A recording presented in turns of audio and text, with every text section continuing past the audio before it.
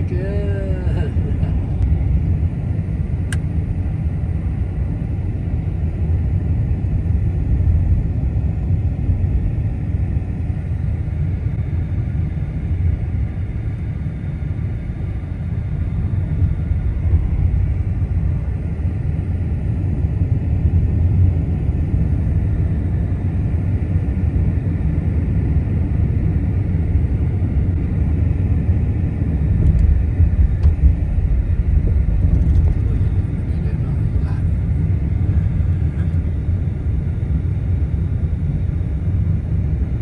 ไปกลางหน้าผาภูเลย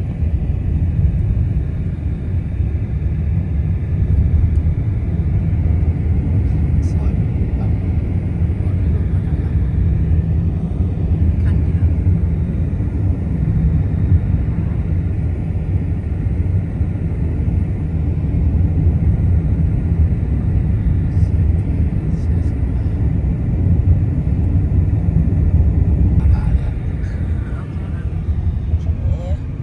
วันนี้เขาออกจากหน้าผาแล้วเมื่อกี้เท่าไร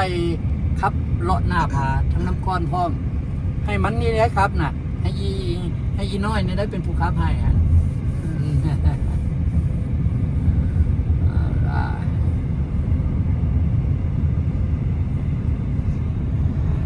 กูจะเกี่ยวมึงนำกูบ่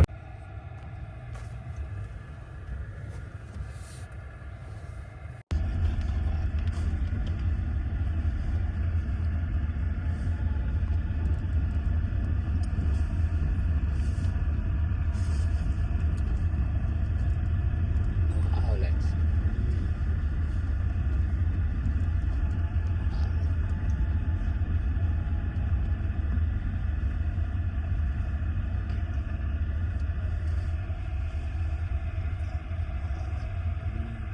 เป็น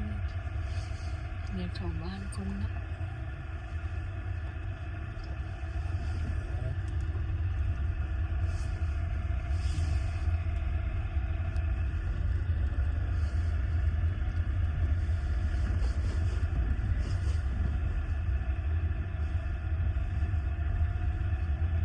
เดินทางลาดยาง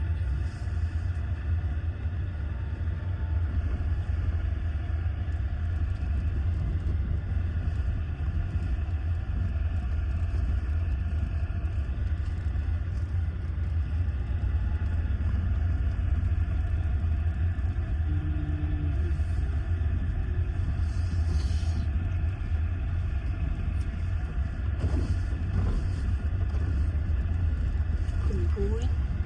ขึ้นภูเป็นเดือดสินั้น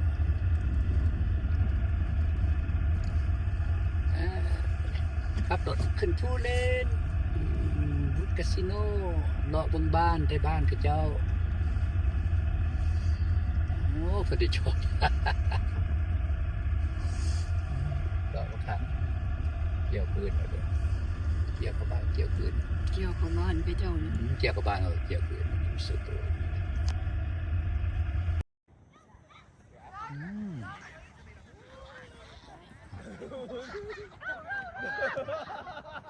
บัวหนาวบ่มา